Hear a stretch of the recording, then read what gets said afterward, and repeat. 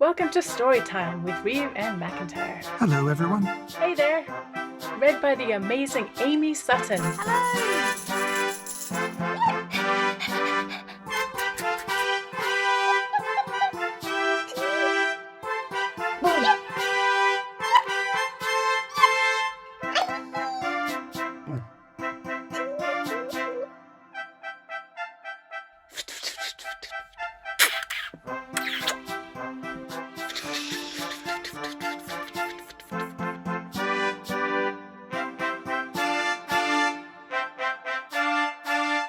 Thatch the Moon.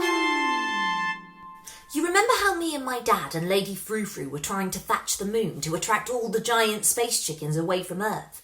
And you remember how we needed help? Well, help had arrived. From all over the Earth those ships had come. All over the Earth, anyone who had a spaceship had been loading it with thatching stuff. Not every country had a spaceship to send, but in the ones which didn't, people were busy cutting and drying and stacking reeds or straw or heather and sending them to the ones which did. Thatchers of every nation had heard the call for help and made their way to the launch sites. As the ships touched down on the moon, they came tumbling out, ready to thatch.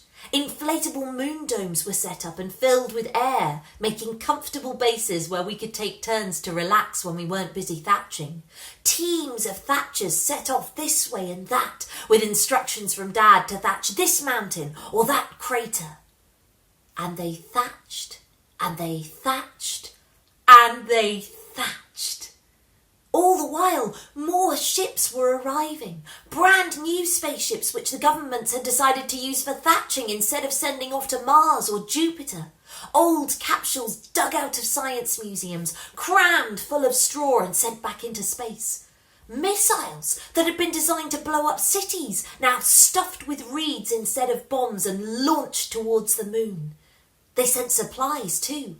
There was food and water, and a machine for scraping the ice out of the shady bits of craters and turning it into more water and more air. And Mr. Slingsby, who was much better at organising things than thatching them, ran about telling people where the new supplies were needed. And Lady Frou-Frou sang songs to keep everyone entertained.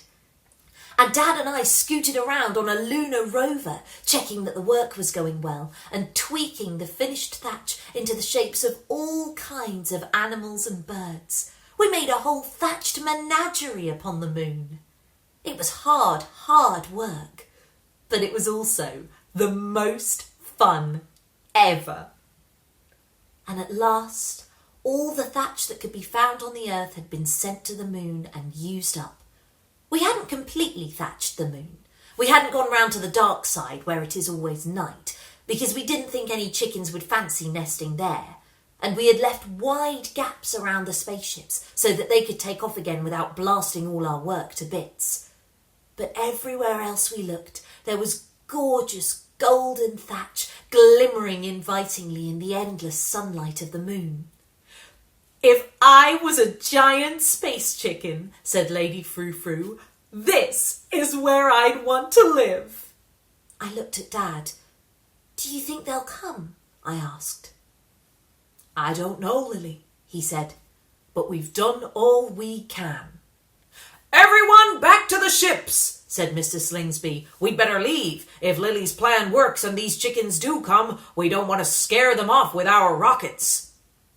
All over the moon, amid clouds of dust, the rockets flared and the ships rose. We were the last to leave, crammed into the cabin of a capsule. I looked back as we lifted into the sky and saw the shimmering, silvery falls of moon dust settling like frost across the nests we'd made and across the footprints we had left behind. All was silent on the old moon now. All was still. It waited while we flew homewards through the dark. And that night, as the moon rose, the giant space chickens looked up from their nests. The moon was not white anymore. It looked as yellow as an egg yolk. "Blah!" said the chickens in surprise. "Blah!" Then everyone put the next part of our plan into action. All over the world, in every street, in every city, people opened their doors and opened their windows and started making noise. They put on Lady Frou Frou's songs and cranked the volume up as far as it would go. They let off fireworks. They banged on pans, beat drums and tooted vuvuzelas. They danced in massive shouty conga lines through the streets of all the cities. It was one giant party, and the noise it made was unbelievable. "Pluck!" said the giant space chickens, startled by the din. They flapped up off their nests. They flocked and farted in the darkening sky lit by that egg yolk moon. A few tried to settle back on their nests, but the noise from below kept going on and on. And anyway, their nests had been getting a lot less comfortable lately. The chickens didn't know it, but people had been sneaking some of the thatch out from under their bottoms while they were asleep and sending it to the moon. Then, one of the chickens seemed to decide that it rather liked the look of that nice golden nesty-looking place up there in the sky. It flapped and farted its way towards the moon, higher and higher. And one by one, the other chickens seemed to realise where it was going and flew after it.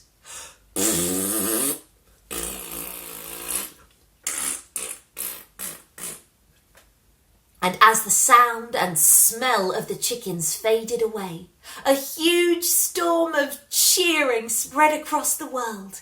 It was the loudest noise ever heard. You can find it in the Book of World Records under Loudest Noise Ever Heard, V.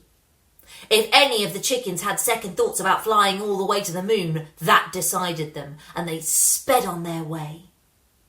Of course, I didn't see any of that stuff happen. I saw it all on telly later.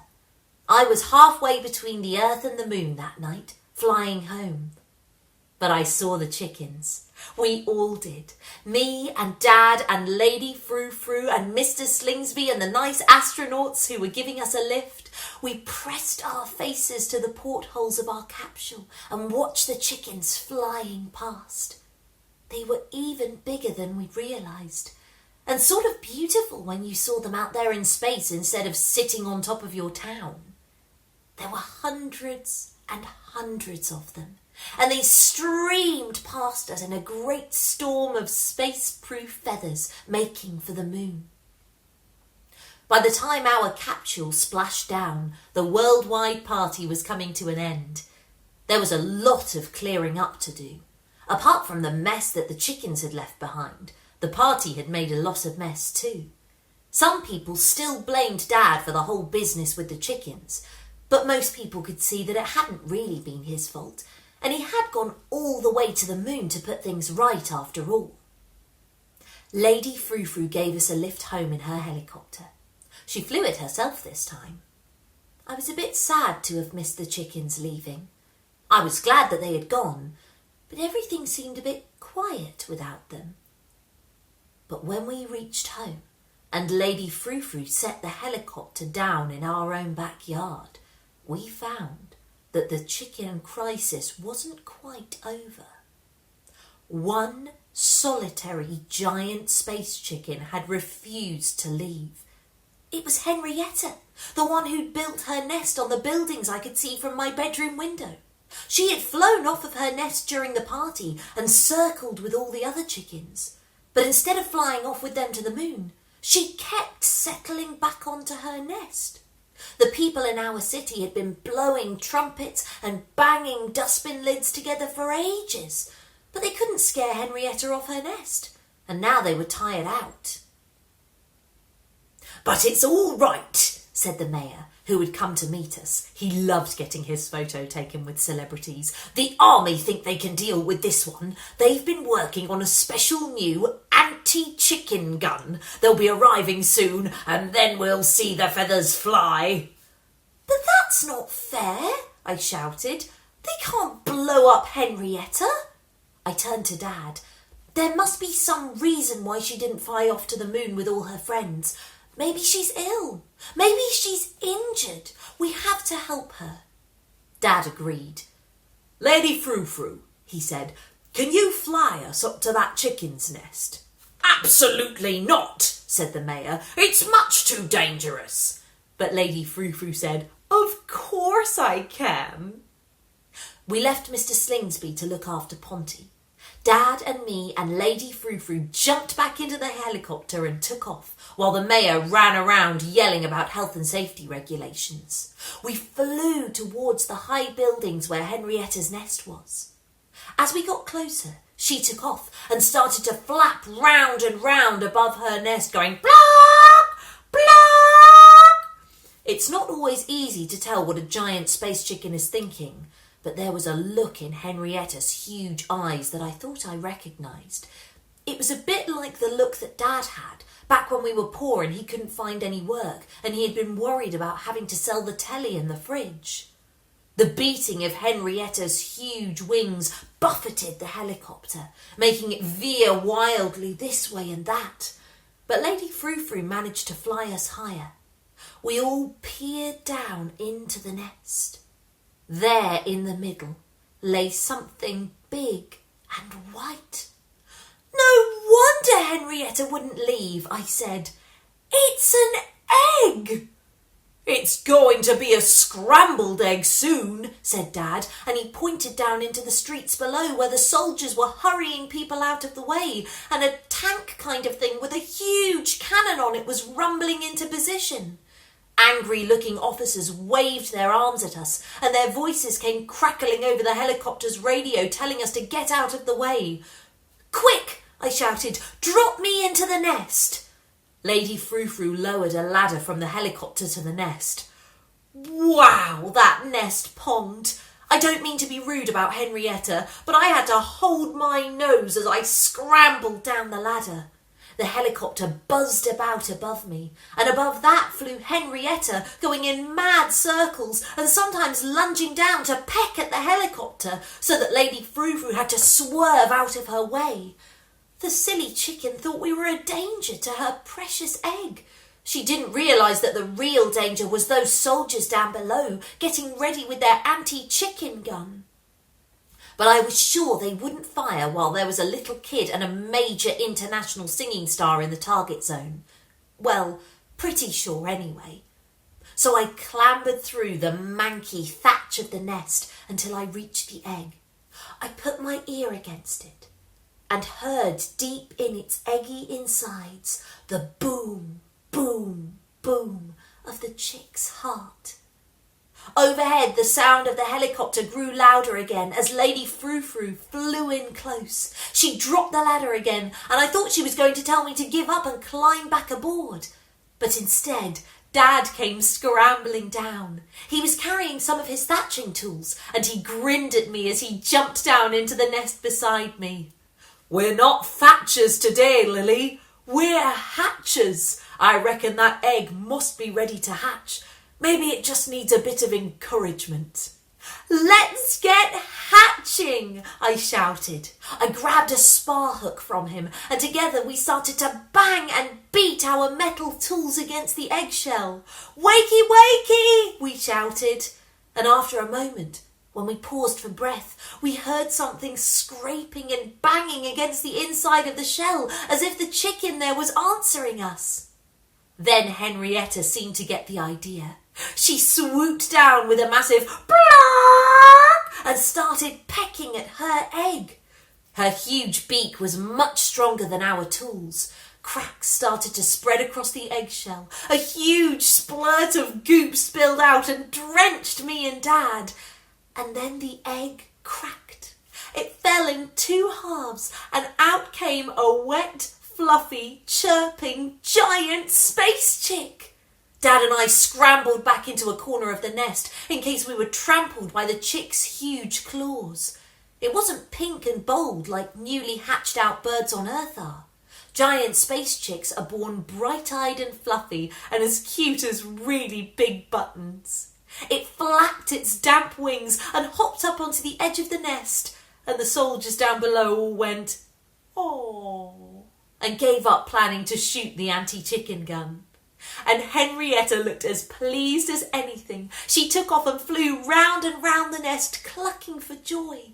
And when she came round for the 4th or 5th time, the chick seemed to decide that flying looked like fun, and it launched itself off the nest and flapped beside her, a bit wobbly at first, but learning quickly. And they flapped higher and higher, while Henrietta let out deep, rumbling farts. And the chick did little squeaky ones. And they flew away together towards their new home on the moon. And that was pretty much the end of the business with the giant space chickens. Dad shut down Thatchco and used the money he'd made to help repair the chicken damage. Mr. Slingsby thought that that was a terrible idea, but Dad told him that it was only fair and that if he didn't like it, he should go and find himself another job. So Mr. Slingsby did. He became Lady Frou-Frou's manager. Lady Frou-Frou was even more famous than ever, what with going to the moon and helping to defeat the chickens and everything. As soon as all the stadiums were repaired, she set off on a mega world tour, and almost everybody went to see her.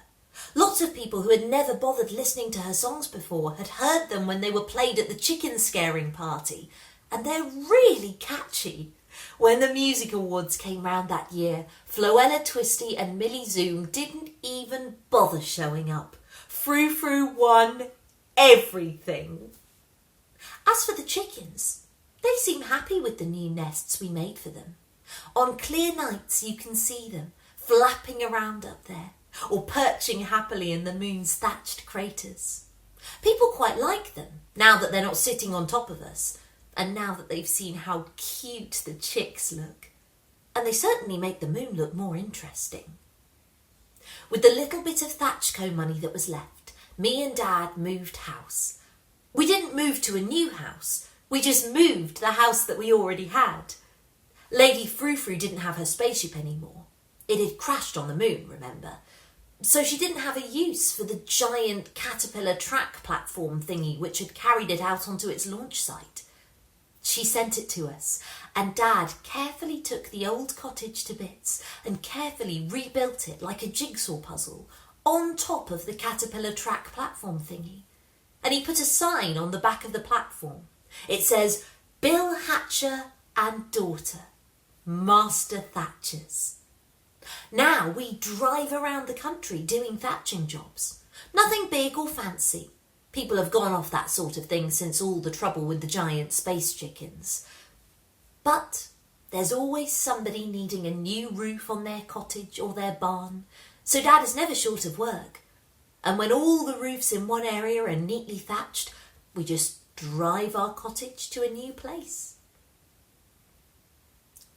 And I'm probably not supposed to tell you this, but sometimes we have a helper. Lady Frou-Frou says that the international celebrity lifestyle gets on her nerves sometimes, so when she hasn't got any concerts or recording sessions on, she comes and works for a few days with Dad and me. She wears ordinary Thatcher's overalls and a hat that's hardly silly at all, so nobody ever recognises her. It's fun scrambling about on the rooftops with her and Dad while Ponty woofs at us from down below. And at the end of the day, when the thatching is finished, we all get into Dad's old van and drive up onto the hills and have a picnic there by the light of the thatched moon. Thatch the Moon by Philip Reeve and Sarah McIntyre. Read by Amy Sutton. Music by Sarah Reeve. Find more Reeve and McIntyre books and fun activities at jabberworks.co.uk. Thank you so much for joining us for Thatch the Moon.